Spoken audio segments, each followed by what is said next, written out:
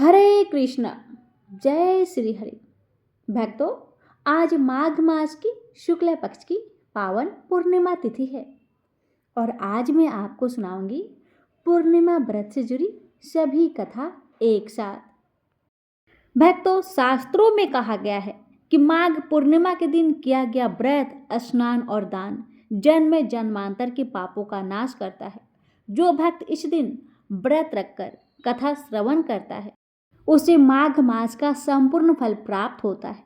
जो व्रत नहीं भी कर पाते, यदि श्रद्धा से इस कथा को सुन लेते हैं तो उनके जीवन के कष्ट भी धीरे धीरे दूर होने लगते हैं। इसलिए यह कथा केवल सुनने योग्य नहीं बल्कि जीवन को पवित्र करने वाली है। तो आइए बड़े ही श्रद्धा और प्रसन्न मन से सुनते हैं पूर्णमासी की व्रत कथा। प्रेम से बोलिए लक्ष्मीपति विष्णु भगवान की जय। द्वापर युग में एक समय की बात है कि यशोदा जी ने श्री कृष्ण से कहा, हे कृष्ण, तुम सारे संसार के उत्पन्न करता, पोषण तथा उसके संहार करता हो। आज कोई ऐसा व्रत मुझसे कहो जिसके करने से मृत्यु लोक में स्त्रियां को विधवा होने का भय ना रहे तथा यह व्रत सभी मनुष्य की हर मनोकामना पूर्ण करने वाला हो। श्री कृष्ण कहने लगे, हे माँ, तुमने अति सुंदर प्रश्न किया है। मैं तुमसे ऐसे ही व्रत को सविस्तार कहता हूँ। सौभाग्य की प्राप्ति के लिए स्त्रियों को 32 पूर्णिमाओं का व्रत करना चाहिए। इस व्रत को करने से स्त्रियों को सौभाग्य संपत्ति मिलती है। यह व्रत अचल सौभाग्य को देने वाला और भगवान शंकर के प्रति मनुष्य मात्र की भक्ति को बढ़ाने वाला है। यशोदा जी कहने लगी, हे कृष्ण, सर्वप्रथम इस व्रत को मृत्यु लोक में किसने किया था, इसके विषय में विस्तार पूर्वक मुझसे कहो। श्री कृष्ण जी कहने लगे, इस भूमंडल पर एक अत्यंत प्रसिद्ध राजा चंद्रहास से पालित अनेक प्रकार के रत्नों से परिपूर्ण कार्तिका नाम की एक नगरी थी। वहां धनेश्वर नाम का एक ब्राह्मण रहता था और उसकी स्त्री अति सुशील रूपवती थी। दोनों ही उस नगरी में बड़े प्रेम से साथ रहते थे। घर में धन धान्य आदि की कोई कमी नहीं थी। उनको एक बड़ा दुख था, उनके कोई संतान नहीं थी, जिस वजह से वह बहुत दुखी रहते थे। एक दिन एक बड़ा तपस्वी योगी उस नगरी में आया। वह योगी बाकी सभी घरों से भिक्षा मांगकर भोजन किया करता था, मगर ब्राह्मण के घर को छोड़कर सभी घरों से भिक्षा मांगा करता था और भोजन किया करता था। एक दिन योगी गंगा किनारे भिक्षा मांगकर प्रेम पूर्वक खा रहे थे कि धनेश्वर ने योगी को ये सब करते देख लिया था कि कैसे योगी बाबा उनके घर को छोड़कर सभी घरों से भिक्षा मांगकर भोजन करते हैं, लेकिन उनके घर से क्यों नहीं करते। उनके मन में ये सवाल आया और यह सवाल लेकर वह योगी के पास चले और हाथ जोड़कर योगी से बोले, बाबा, आप सभी घरों से भिक्षा लेते हैं, मैंने अपनी आंखों से देखा है, और भोजन भी ग्रहण करते हैं, मगर मेरे घर से भिक्षा क्यों नहीं लेते? कारण क्या है? तब योगी कहने लगे कि आपके धर्म हमें इस बात की आज्ञा नहीं देता, क्योंकि अभी आप गृहस्थ जीवन में एक सुख से वंचित है। वह यह है कि आपके घर कोई संतान नहीं है। जब आपके घर संतान होगा तो मैं आपके घर से भिक्षा स्वीकार कर लूंगा। उन्होंने कहा कि जिसे संतान नहीं है उसके घर से भिक्षा लेने से मेरे भी पतित हो जाने का भय है, और इसी कारण से मैं आपके घर को छोड़कर बाकी घरों से भिक्षा ग्रहण करता हूँ। योगी जी की बात सुन धनेश्वर बहुत दुखी हुए। हाथ जोड़कर योगी के पैर पर गिर पड़े और दुखी मन से कहने लगे कि आप मुझे संतान प्राप्ति के लिए कोई उपाय बताइए। आप सर्वज्ञ हैं, आप सब कुछ जानने वाले हैं, आप मुझ पर अवश्य ही कृपा कीजिए। धन की मेरे घर में कोई कमी नहीं है, लेकिन मैं संतान ना होने के कारण बहुत दुखी हूं। आप मेरे इस दुख का हरण कीजिए। यह सुनकर योगी कहने लगे, तुम चंडी की आराधना करो। घर पहुंचकर उन्होंने यह सारी बात अपनी पत्नी को बताई और खुद वन में चला गया। वन में पहुंचकर उसने चंडी की आराधना की और उपवास किया। चंडी ने 16 दिन उसको सपने में दर्शन दिए और कहा कि हे धनुष्य, जा तेरा पुत्र होगा, लेकिन उसकी आयु सिर्फ 16 वर्ष की होगी। 16 वर्ष की आयु में ही उसकी मृत्यु हो जाएगी। अगर तुम दोनों स्त्री और पुरुष 32 पूर्णिमाओं का व्रत करोगे तो यह दीर्घ आयु हो जाएगा। जितनी तुम्हारी सामर्थ्य हो उतने आटे के दिए जलाकर शिव जी का पूजन करना, लेकिन पूर्णमासी 32 ही होनी चाहिए। सुबह होते ही तुम्हें इस स्थान के पास एक आम का पेड़ दिखाई देगा। तुम उस पर चढ़कर एक फल तोड़ लेना और अपने घर को चले जाना और अपनी स्त्री को इस बारे में बताना। सुबह स्नान होने के बाद वह स्वच्छ होकर शंकर जी का ध्यान करके उस फल को खा ले। तब शंकर भगवान की कृपा से उसको गर्भ हो जाएगा। जब ब्राह्मण सुबह उठा तो उसे उस स्थान पर आम का पेड़ दिखाई दिया और वह उस फल को तोड़ने को चढ़ा, लेकिन वह पेड़ पर चढ़ नहीं पा रहा था। यह देखकर उसे बड़ी चिंता हुई। उसने भगवान गणेश जी की उपासना की और कहा, हे दयानिधे, अपने भक्तों के विघ्नों का नाश करके उनके मंगल कार्य को करने वाले, दुष्ट का नाश करने वाले, रिद्धि सिद्धि देने वाले, आप मुझे इतना बल दीजिए कि मैं अपनी मनोकामना पूरी कर सकूं। इसके बाद वह पेड़ से फल तोड़कर अपनी पत्नी के पास पहुंचा। उसकी पत्नी ने अपने पति के कहे अनुसार इस फल को खा लिया और वह गर्भवती हो गई।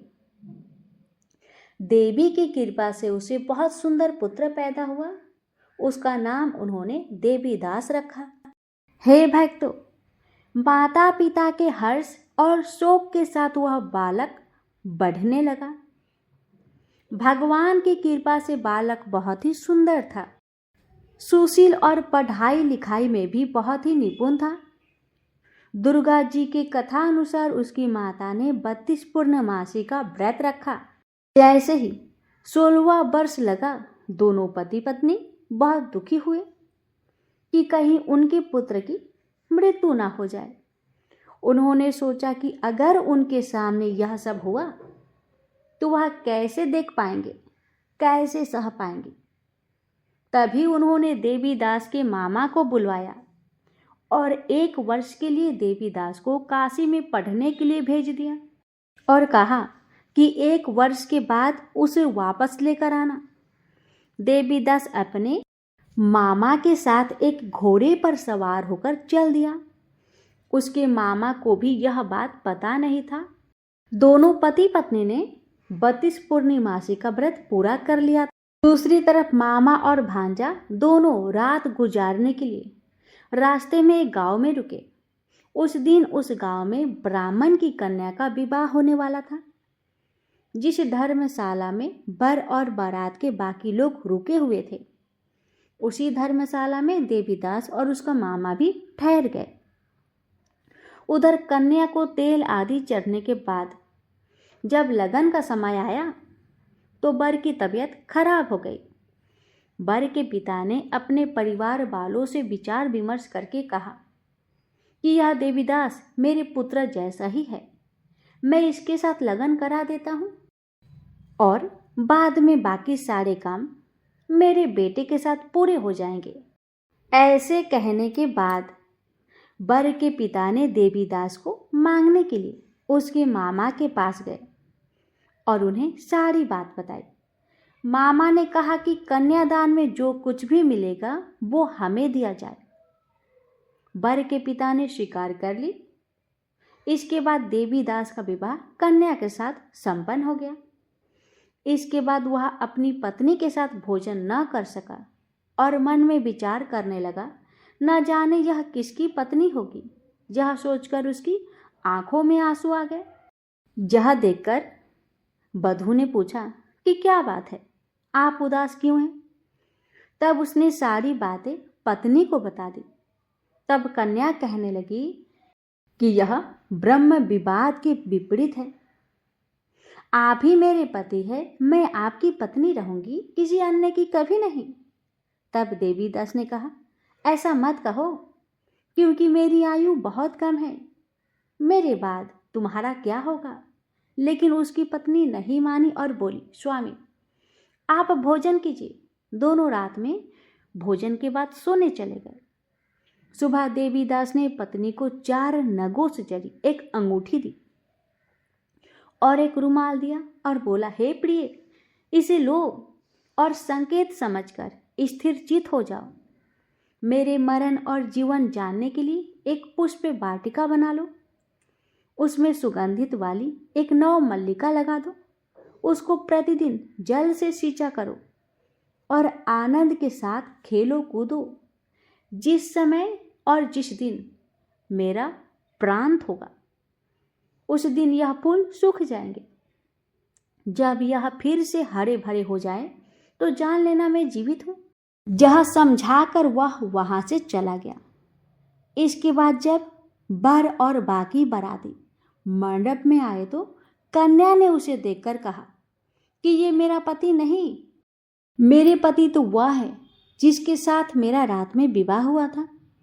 इसके साथ मेरा विवाह नहीं हुआ। अगर यह वही है तो यह बताए कि मैंने इसको क्या दिया है, साथ ही कन्यादान के समय को आभूषण मिले उन्हें दिखाए। कन्या की ये सारी बातें सुनकर वह कहने लगा, मैं ये सब नहीं जानता। इसके बाद सारी बारात भी अपमानित होकर लौट गई। भगवान श्री कृष्ण बोले, हे माता, इस प्रकार देवीदास काशी चला गया। कुछ समय बीत गया तो एक सर्प उसको डसने के लिए वहां आया, लेकिन वह उसको काट नहीं पाया, क्योंकि उसके माता पिता ने पहले ही 32 पूर्णिमा का व्रत कर लिए थे।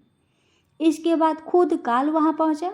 भगवान शिव की कृपा से तभी भगवान शिव और माता पार्वती वहां आ गए। देवीदास को मूर्छित दशा में देखकर माता पार्वती ने भगवान शिव से प्रार्थना की कि महाराज, इस बालक की माता ने पहले ही 32 पूर्णिमासी के व्रत कर लिए हैं, आप इसको प्राण दीजिए। भगवान शिव ने माता पार्वती के कहने पर उसे प्राण दान दिए। उधर उसकी पत्नी उसके काल की प्रतीक्षा कर रही थी। उसकी पत्नी ने जाकर देखा कि पुष्प और पत्र दोनों ही नहीं है, तो उसको बहुत आश्चर्य हुआ। और जब उसने देखा कि पुष्प वाटिका फिर से हरी हो गई तो समझ गई कि उसका पति जिंदा हो गया है। इसके बाद वह बहुत ही परेशान होकर अपने पिता से कहने लगी कि मेरे पति जीवित है, उनको ढूंढिए। जब 16वां वर्ष बीत गया तो देवीदास भी अपने मामा के साथ काशी चल दिया। इधर उसकी पत्नी के परिवार वाले उन्हें ढूंढने के लिए जा ही रहे थे कि उन्होंने देखा कि देवीदास और उसका मामा उधर ही आ रहे थे। उनको देखकर उसके ससुर बहुत परेशान हुए और उसे अपने घर ले आए। वहां सारा नगर इकट्ठा हो गया और कन्या ने भी उसे पहचान लिया। देवीदास ने इसके बाद अपनी पत्नी और मामा को लेकर वहां से चल दिया। उसके ससुर ने भी उसे बहुत धन दहेज दिया।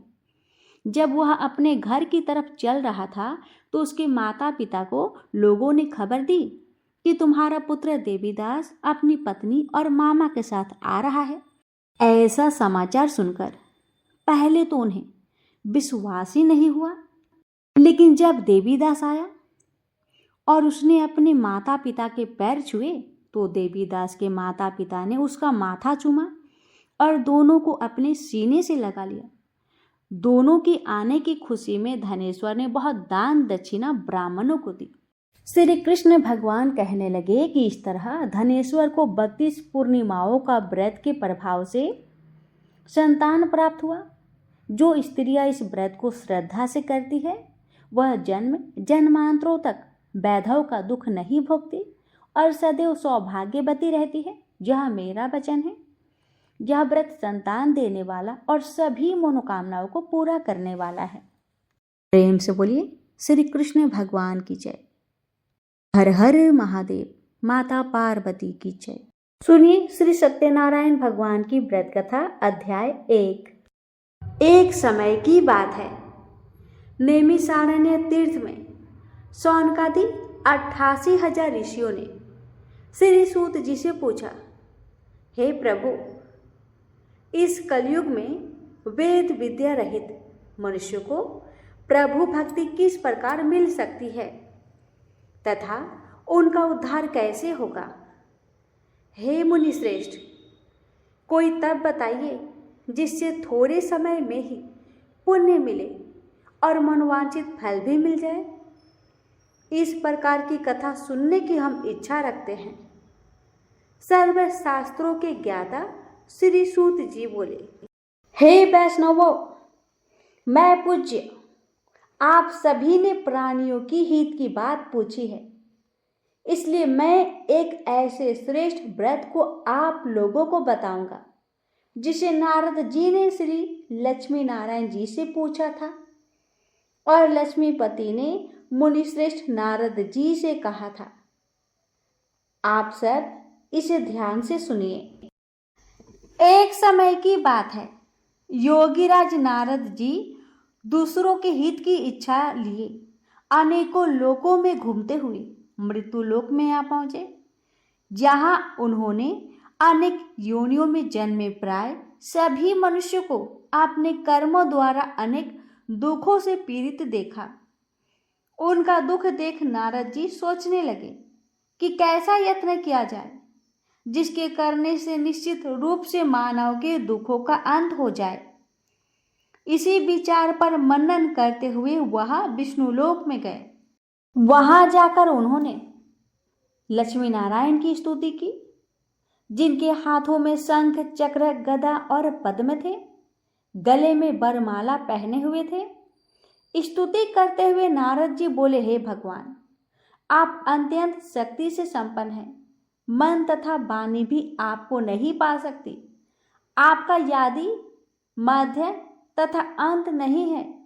निर्गुण स्वरूप सृष्टि के कारण भक्तों के दुख को दूर करने वाले हैं। आपको मेरा नमस्कार है। नारद जी की स्तुति सुन विष्णु भगवान बोले, हे मुनिश्रेष्ठ, आपके मन में क्या बात है? आप किस काम के लिए यहाँ पधारे हैं, उसे निसंकोच कहिए। इस पर नारद मुनि बोले कि मृत्युलोक में अनेक योनियों में जन्मे मनुष्य अपने कर्मों द्वारा अनेकों दुख से दुखी हो रहे हैं। हे नाथ, अगर आप मुझ पर दया रखते हैं तो बताइए कि वो मनुष्य थोड़े प्रयास से ही अपने दुखों से कैसे छुटकारा पा सकते हैं। श्री हरि बोले, हे नारद, मनुष्यों की भलाई के लिए तुमने बहुत अच्छी बात पूछी है। जिसके करने से मनुष्य मोह से छूट जाता है, वह बात मैं तुमसे कहता हूं, सुनो। स्वर्ग लोक व मृत्यु लोक दोनों में एक दुर्लभ उत्तम व्रत है जो पुण्य देने वाला है। आज प्रेमवश होकर मैं उसे तुमसे कहता हूं। श्री सत्यनारायण भगवान का यह व्रत अच्छी तरह विधान पूर्वक करके मनुष्य तुरंत ही यहां सुख भोग कर मरने पर मोक्ष पाता है। श्री हरि के वचन सुन नारद जी बोले कि उस व्रत का फल क्या है और उसका विधान क्या है। यह व्रत किसने किया था? इस व्रत को किस दिन करना चाहिए? सभी कुछ विस्तार से बताइए। नारद जी की बात सुनकर श्री हरि बोले, दुख व शोक को दूर करने वाला यह सभी स्थानों पर विजय दिलाने वाला है। मानव को भक्ति व श्रद्धा के साथ शाम को श्री सत्यनारायण की पूजा धर्म परायण होकर ब्राह्मणों व बंधुओं के साथ करनी चाहिए। भक्ति भाव से ही नेवत केले का फल, घी, दूध और गेहूं आटा का सवाया ले। गेहूं का स्थान पर साठी का आटा, शक्कर या गुड़ लेकर वह सभी भक्षण युक्त पदार्थों को मिलाकर भगवान को भोग लगाए। ब्राह्मणों सहित बंधु बांधवों को भी भोजन कराए, उसके साथ स्वयं भोजन करे, भजन कीर्तन के साथ भगवान की भक्ति में लीन हो जाए। इस तरह से सत्यनारायण भगवान का यह व्रत करने पर मनुष्य की सारी इच्छाएं निश्चित रूप से पूरी होती है। इस कलिकाल अर्थात कलयुग में मृत्यु लोक में मोक्ष का यही एक सरल उपाय बताया गया है। प्रेम से बोलिए श्री सत्यनारायण भगवान की जय। दूसरा अध्याय। सूत जी बोले, हे ऋषियों, जिसने पहले समय में इस व्रत को किया था उसका इतिहास कहता हूं, ध्यान से सुनो। सुंदर काशीपुरी नगर में एक अत्यंत निर्धन ब्राह्मण रहता था। भूख प्यास से परेशान वह धरती पर घूमता रहता था। ब्राह्मणों से प्रेम करने वाले भगवान ने एक दिन ब्राह्मण का भेष धारण कर उसके पास जाकर पूछा, हे वृप, नित्य दुखी होकर तुम पृथ्वी पर क्यों घूमते हो? दिन ब्राह्मण बोला, मैं निर्धन ब्राह्मण हूं, भिक्षा के लिए धरती पर घूमता रहता हूं। हे भगवान, यदि आप इसका कोई उपाय जानते हो तो बताइए। वृद्ध ब्राह्मण कहते हैं कि सत्यनारायण भगवान मनोवांछित फल देने वाले हैं, इसलिए तुम उनका पूजन करो। इसे करने से मनुष्य सभी दुखों से मुक्त हो जाता है। वृद्ध ब्राह्मण बनकर आए सत्यनारायण भगवान उस निर्धन ब्राह्मण को व्रत का सारा विधान बताकर अंतर्ध्यान हो गए। ब्राह्मण मन ही मन सोचने लगा कि जिस व्रत को वृद्ध ब्राह्मण करने को कह गया है, मैं उसे जरूर करूंगा। यह निश्चय करने के बाद उसे रात में नींद नहीं आई। वह सवेरे उठकर सत्यनारायण भगवान के व्रत का निश्चय कर भिक्षा के लिए चला गया। और उस दिन उस निर्धन ब्राह्मण को भिक्षा में बहुत सारा धन मिला, जिससे उसने बंधु बांधवों के साथ मिलकर श्री सत्यनारायण भगवान का व्रत संपन्न किया। भगवान सत्यनारायण का व्रत संपन्न करने के बाद वह निर्धन ब्राह्मण सभी दुखों से छूट गया और अनेक प्रकार की संपत्तियों से युक्त हो गया। उसी समय से यह ब्राह्मण हर माह इस व्रत को करने लगा। इस तरह से सत्यनारायण भगवान के व्रत को जो मनुष्य करेगा वह सभी प्रकार के पापों से छूटकर मोक्ष को प्राप्त होगा। जो मनुष्य इस व्रत को करेगा वो भी सभी दुखों से मुक्त हो जाएगा। सूत जी बोले कि इस तरह से नारद जी ने नारायण जी से कहा हुआ श्री सत्यनारायण व्रत को मैंने तुमसे कहा। हे वृप, मैं अब और क्या कहूं? ऋषि बोले, हे मुनिवर, संसार में उस वृप से सुनकर और किस किस ने इस व्रत को किया, हम अब इस बात को सुनना चाहते हैं। इसके लिए हमारे मन में श्रद्धा का भाव है। सूत जी बोले, हे मुनियों, जिसने इस व्रत को किया है वह सब सुनो। एक समय वही वृप धन व ऐश्वर्य के अनुसार अपने बंधु बांधवों के साथ इस व्रत को करने को तैयार हुआ। उसी समय एक लकड़ी बेचने वाला बूढ़ा आदमी आया और लकड़ियां बाहर रखकर अंदर ब्राह्मण के घर में गया।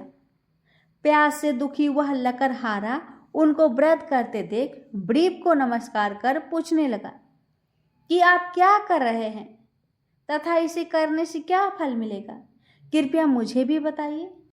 ब्राह्मण ने कहा कि सब मनोकामनाओं को पूरा करने वाला यह सत्यनारायण भगवान का व्रत है। इनकी कृपा से ही मेरे घर में धन धान्य आदि की वृद्धि हुई है। वृप से सत्यनारायण व्रत के बारे में जानकर लकड़हारा बहुत प्रसन्न हुआ। चरणामृत लेकर वह प्रसाद खाने के बाद वह अपने घर गया। लकड़हारे ने अपने मन में संकल्प किया कि आज लकड़ी बेचने से जो धन मिलेगा उसी से श्री सत्यनारायण भगवान का उत्तम व्रत मैं करूंगा। मन में इस विचार को ले बूढ़ा आदमी सिर पर लकड़ियां रख उस नगर में बेचने गया जहां धनी लोग ज्यादा रहते थे। उस नगर में उसे अपनी लकड़ियों का दाम पहले से 4 गुना अधिक मिला। बूढ़ा प्रसन्नता के साथ दाम लेकर केले, शक्कर, घी, दूध, दही और गेहूं का आटा ले और सत्यनारायण भगवान की व्रत की अन्य सामग्रियां लेकर अपने घर को गया। वहां उसने अपने बंधु बांधवों को बुलाकर विधि विधान से सत्यनारायण भगवान का पूजन और व्रत किया। इस व्रत के प्रभाव से वह बूढ़ा लकड़हारा धन, पुत्र आदि से युक्त होकर संसार के समस्त सुख को भोग अंतकाल में बैकुंठ धाम को चला गया। प्रेम से बोलिए श्री सत्यनारायण भगवान की जय। अब सुनेंगे तीसरा अध्याय। सूत जी बोले, हे श्रेष्ठ मुनियों, अब आगे की कथा कहता हूँ। पहले समय में उल्कामुख नाम का एक बुद्धिमान राजा था। वह सत्य वक्ता और जितेंद्रिय था। प्रतिदिन देव स्थानों पर जाता और निर्धनों को धन देकर उनके कष्ट को दूर करता था। उसकी पत्नी कमल के समान मुख वाली तथा सती साध्वी थी। भद्रशिला नदी के तट पर उन दोनों ने श्री सत्यनारायण भगवान का व्रत किया। उसी समय साधु नाम का एक वैश्य आया। उसके पास व्यापार करने के लिए बहुत सा धन भी था। राजा को व्रत करते देखकर वह विनय के साथ पूछने लगा, हे राजन, भक्ति भाव से पूर्ण होकर आप यह क्या कर रहे हैं? मैं सुनने की इच्छा रखता हूँ, तो आप मुझे बताइए। राजा बोला, हे साधु, अपने बंधु बांधव के साथ पुत्र आदि की प्राप्ति के लिए एक महाशक्तिमान श्री सत्यनारायण भगवान का व्रत व पूजन कर रहा हूँ। राजा के वचन सुन साधु आदर से बोले, हे राजन, मुझे इस व्रत का सारा विधान कहिए। आपके कथा अनुसार मैं भी इस व्रत को करूँगा। मेरी भी संतान नहीं है और इस व्रत को करने से निश्चित रूप से मुझे संतान की प्राप्ति होगी। राजा से व्रत का सारा विधान सुन व्यापार से निवृत्त हो वह अपने घर गया। साधु वैश्य ने अपनी पत्नी को संतान देने वाले इस व्रत का वर्णन कह सुनाया और कहा कि जब मेरी संतान होगी तब मैं इस व्रत को करूँगा। साधु ने इस तरह के वचन अपनी पत्नी लीलावती से कहे। एक दिन लीलावती पति के साथ आनंदित हो सांसारिक धर्म में प्रवृत्त होकर सत्यनारायण भगवान की कृपा से गर्भवती हो गई। 10वें महीने में उसके गर्भ से एक सुंदर कन्या ने जन्म लिया। दिनों दिन वह ऐसे बढ़ने लगी जैसे कि शुक्ला पक्ष का चंद्रमा बढ़ता है। माता पिता ने अपनी कन्या का नाम कलावती रखा। एक दिन लीलावती ने अपने मीठे शब्दों में अपने पति को याद दिलाया कि हे स्वामी, आपने सत्यनारायण भगवान के जिस व्रत को करने का संकल्प किया था उसे करने का समय आ गया है। आप इस व्रत को करिए। साधु बोला कि हे प्रिय, इस व्रत को मैं उसके विवाह पर करूँगा। इस प्रकार अपनी पत्नी को अवशासन देकर वह नगर को चला गया। कलावती पिता के घर में रह वृद्धि को प्राप्त हो गई।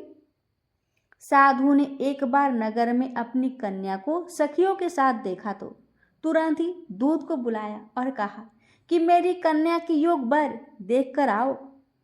साधु की बात सुनकर दूत कंचन नगर में पहुंचा और वहां देखभाल कर लड़की के सुयुक्त बानिक पुत्र को ले आया। सुयुक्त लड़के को देख साधु ने बंधु बांधव को बुलाकर अपनी पुत्री का विवाह कर दिया। लेकिन दुर्भाग्य की यह बात है कि साधु ने अभी भी श्री सत्यनारायण भगवान का व्रत नहीं किया। इस पर श्री सत्यनारायण भगवान क्रोधित हो गए और श्राप दिए कि साधु को अत्यधिक दुख मिले। अपने कार्य में कुशल साधु बनिया जमाई को लेकर समुद्र पार स्थित होकर रत्नासारपुर नगर में गया। वहां जाकर दामाद ससुर दोनों मिलकर चंद्रकेतु राजा के नगर में व्यापार करने लगे। एक दिन भगवान सत्यनारायण की माया से एक चोर राजा का धन चुराकर भाग रहा था। उसने राजा के सिपाहियों को अपना पीछा करते देख चुराया हुआ धन वहां रख दिया जहां साधु अपने जामाई के साथ ठहरा हुआ था। राजा के सिपाहियों ने साधु वैश्य के पास राजा का धन पड़ा देखा तो वह ससुर जामाई दोनों को बांधकर प्रसन्नता से राजा के पास ले आए और कहने लगे, आप आगे की कार्यवाही करने की आज्ञा दीजिए।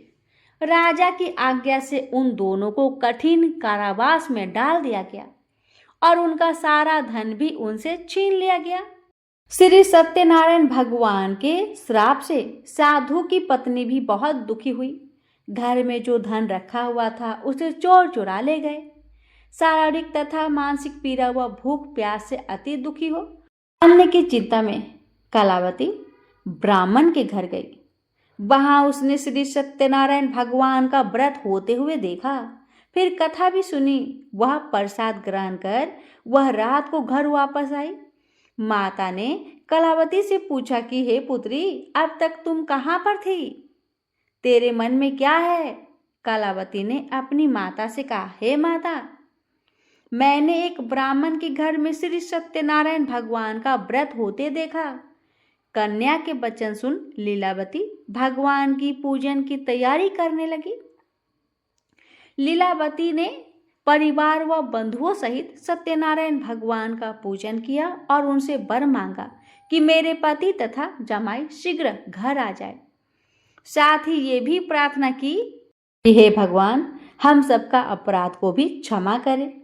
श्री सत्यनारायण भगवान इस व्रत से संतुष्ट हो गए और राजा चंद्रकेतु को सपने में दर्शन दे कहा, हे राजन, तुम उन दोनों वैश्य को छोड़ दो। तुमने उनका जो धन लिया है उसे वापस कर दो।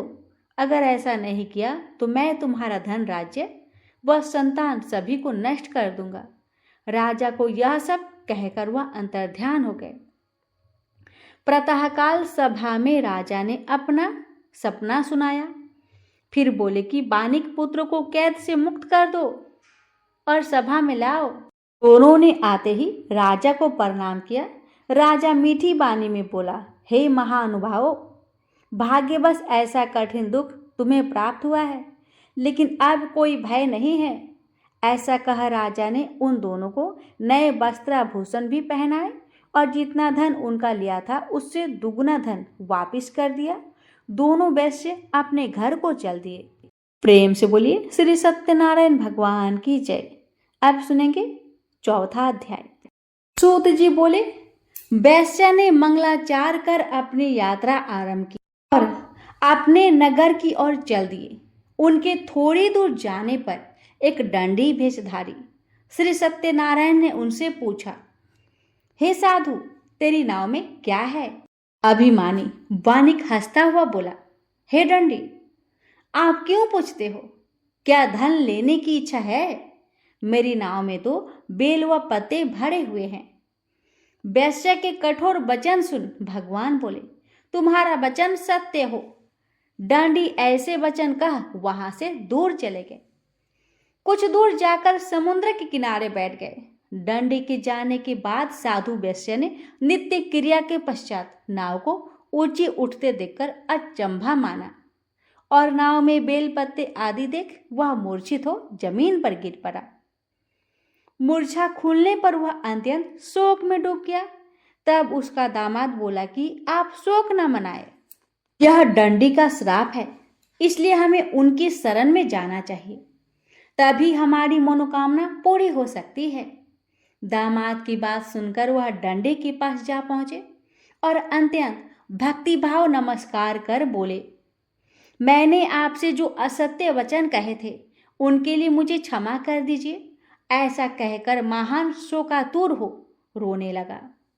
तब दंडी भगवान बोले, हे बानिक पुत्र, मेरी आज्ञा से बार बार तुम्हें दुख प्राप्त हुआ है, तू मेरी पूजा से विमुख हुआ है। साधु बोला, हे भगवान, आपकी माया से ब्रह्मा आदि देवता भी आपके रूप को नहीं जानते, तब मैं अज्ञानी कैसे जान सकता हूँ? आप प्रसन्न होइए, अब मैं सामर्थ्य के अनुसार आपकी पूजा करूँगा, अवश्य करूँगा। मेरी रक्षा कीजिए और पहले के समान नौका में फिर धन को भर दे। साधु वैश्य के भक्ति पूर्वक वचन को सुनकर भगवान प्रसन्न हो गए और उसकी इच्छा अनुसार वरदान देकर भगवान अंतर्ध्यान हो गए। ससुर जमाई जब नाव पर आए तो नाव धन से भरी हुई थी। फिर वही अपने अन्य साथियों के साथ सत्यनारायण भगवान का पूजन कर अपने नगर को चल दिए। जब नगर के नजदीक पहुंचे तो दूत को घर पर खबर करने के लिए भेज दिया। दूत साधु की पत्नी को प्रणाम कर कहता है, मालिक अपने दामाद सहित नगर के निकट आ गए हैं। दूत की बात सुन साधु की पत्नी लीलावती ने बड़े हर्ष के साथ सत्यनारायण भगवान का पूजन कर अपनी पुत्री कलावती से कहा कि मैं अपने पति के दर्शन को जाती हूँ, तू कार्य पूर्ण कर शीघ्र आ जाना। माता के ऐसे वचन सुन कलावती जल्दी से प्रसाद छोड़ अपने पति के पास चली गई। प्रसाद की अवज्ञा के कारण श्री सत्यनारायण भगवान रुष्ट हो गए और नाव सहित उसके पति को पानी में डुबो दिया। कलावती अपने पति को वहां ना पाकर रोती हुई जमीन पर गिर गई। नौका को डूबा हुआ देख वह कन्या को रोता देख साधु दुखी होकर बोला कि हे प्रभु, मुझसे तथा मेरे परिवार से जो भूल हुई है उसे क्षमा कीजिए। साधु के दीन वचन सुनकर श्री सत्यनारायण भगवान प्रसन्न हो गए और आकाशवाणी हुई, हे साधु, तेरी कन्या मेरी प्रसाद को छोड़कर आई है, इसलिए उसका पति अदृश्य हो गया है। यदि वह घर जाकर प्रसाद खाकर लौटती है तो इसका पति अवश्य ही मिलेगा। ऐसी आकाशवाणी सुन कलावती घर पहुंचकर प्रसाद खाई और फिर आकर अपने पति के दर्शन करती है। उसके बाद साधु अपने बंधु बांधवों सहित श्री सत्यनारायण भगवान का विधि विधान से पूजन करता है। इस लोक का सुख भोग वह अंत में स्वर्ग को जाता है। प्रेम से बोलिए श्री सत्यनारायण भगवान की जय। भक्तों, आइए अब सुनते हैं अंतिम 5वां अध्याय। सूत जी बोले, हे ऋषियों, मैं और भी एक कथा सुनाता हूँ, उसे भी ध्यान पूर्वक सुनो। प्रजा पालन में लीन तुंगध्वज नाम का एक राजा था। उसने भी भगवान का प्रसाद त्याग कर बहुत ही दुख पाया था। एक बार वन में जाकर वन्य पशुओं को मारकर वह पेड़ के नीचे आया। वहां उसने ग्वालों को भक्ति भाव से अपने बंधुओं सहित सत्यनारायण भगवान का पूजा करते हुए देखा। अभिमानवश राजा ने उन्हें देखकर भी पूजा स्थान में नहीं गया और ना ही उसने भगवान को नमस्कार किया। ग्वालों ने राजा को प्रसाद दिया, लेकिन उसने वह प्रसाद नहीं खाया और प्रसाद को वहीं छोड़ वह अपने नगर को चला गया।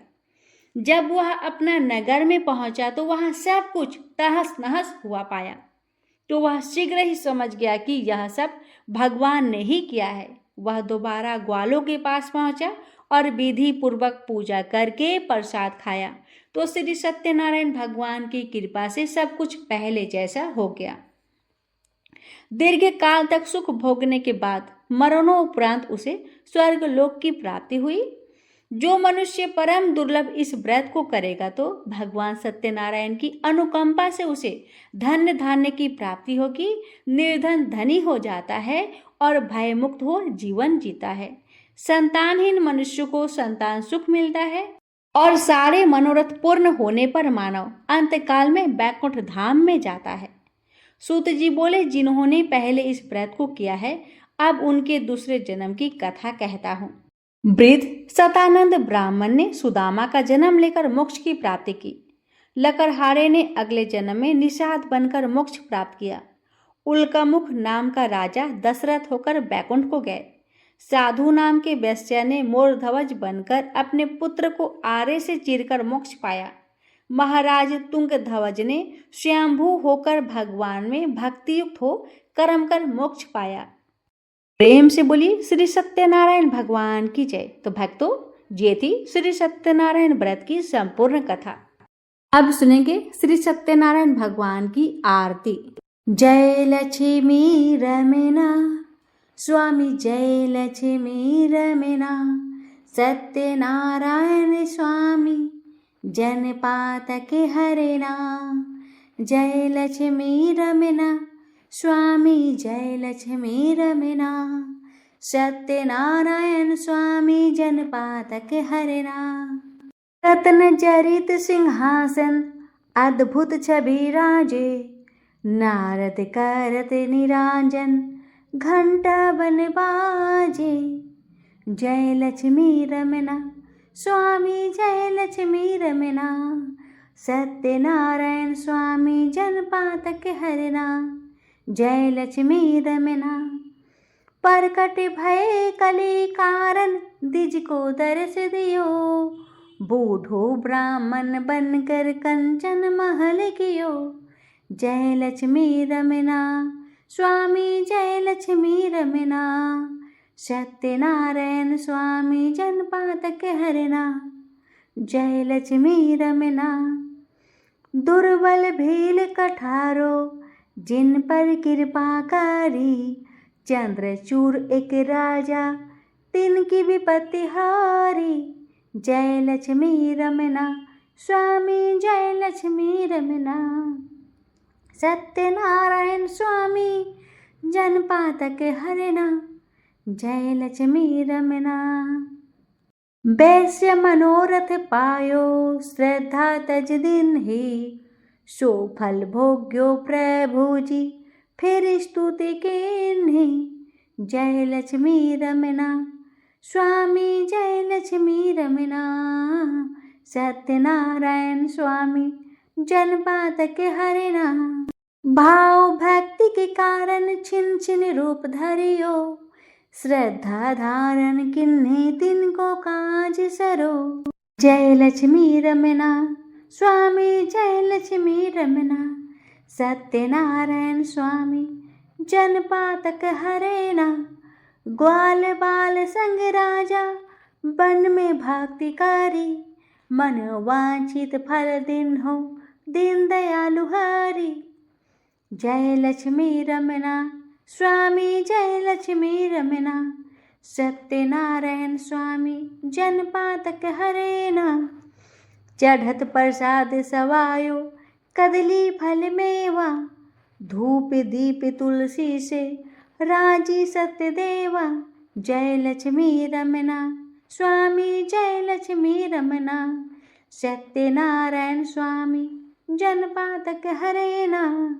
सत्यनारायण जी की आरती जो कोई नर गावे, तन मन सुख संपत्ति मन वांछित फल पावे। जय लक्ष्मी रमना स्वामी जय लक्ष्मी रमना, सत्यनारायण स्वामी जन पातक हरना। जय लक्ष्मी रमना स्वामी जय लक्ष्मी रमना। प्रेम से बोलिए श्री सत्यनारायण भगवान की जय।